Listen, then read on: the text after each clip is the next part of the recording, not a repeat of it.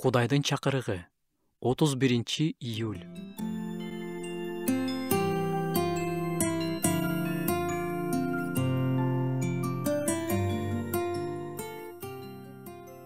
Ошондой эле силер аялдар күйөөңөргө баш ийгиле.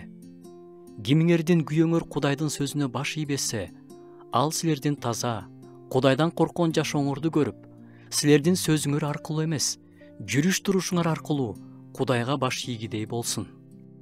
Ыйса жерде жүргөндө асман падышачылыгы тууралуу сөздү таратып, укмуштуудай чындыктарды жарыялап жүргөндө жергиликтүү жыйындар болгон эмес. Асман патшалыгы тууралуу кабарды кабыл алгандар болгон, кабыл албагандар болгон.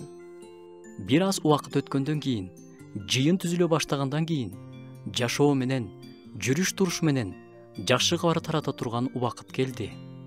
Сөз аркылуу гана эмес, жашоо аркылуу. Албетте, жогоруда окулган аят үй бүлө тууралуу айтып жатат.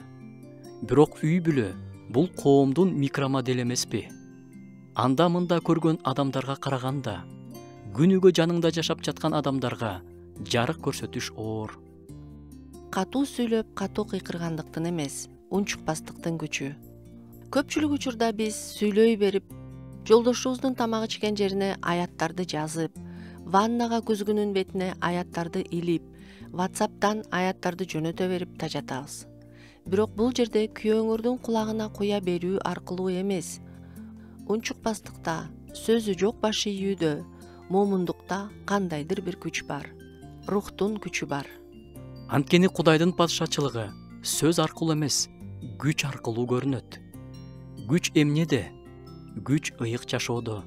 Эгерде биз ыйык жашасак, ал аркылуу адамдар ашкереленишет.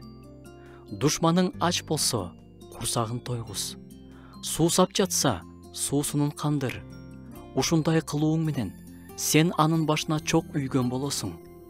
Жамандыкты жакшылык менен жең. Биздин жакшы иштерибизди көргөн адам Кудайды көрсүн.